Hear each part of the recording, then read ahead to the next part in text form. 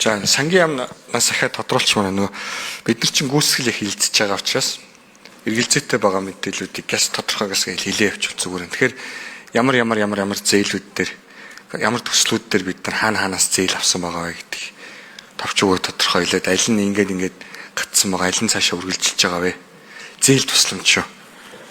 Ингээ хэлчмээр нэгдүгээр дахиад бас сангийн яам дээр бас бид нар нөгөө юу бусдаар мэдээлэл авч яхад бас ярьж ирсэн нөгөө бусдаар гүйцэтгэсэн ажил үйлчлэгээний төлбөрүүд маань арай өөрөөр тайлгнадаг болоод ингээд ирчихэж байгаа маань. Тэр маань одоо энэ үндсэн үйл ажиллагааны зардал энэ төргээд аман гих мэтлэнгээр нэг тодорхой хэмжээний зарим зардлууд энэ тусгатгаа байж байгаа юм шиг тийм үү? Энэ ямар учраас ингэсэн байна? Ямар тушаалаар, ямар байдлаар ингээд жижигрээд ороод ирж байна? 24 25 он ч хоёр ялгаатай болцсон баг шиг шүү дээ. Би энэ тодтглоос хараад сууж байна л да.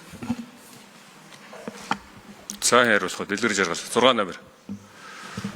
Батбаяр гишүүний асуултанд хариулъя. Сангийн яамны хөгжлийн санхүүжилт хөрөнгө оруулалтын газар дэлгэр жаргал.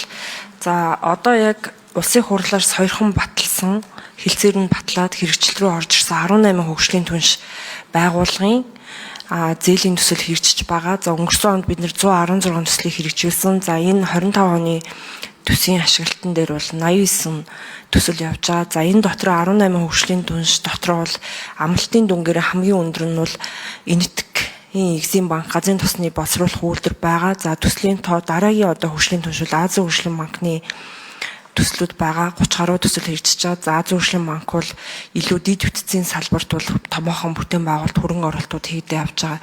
За одоо яг энэ 89 төслийн зээлийн ашиглалтын үлдэгдэл нийтдээ 12.6 их найд байгаа.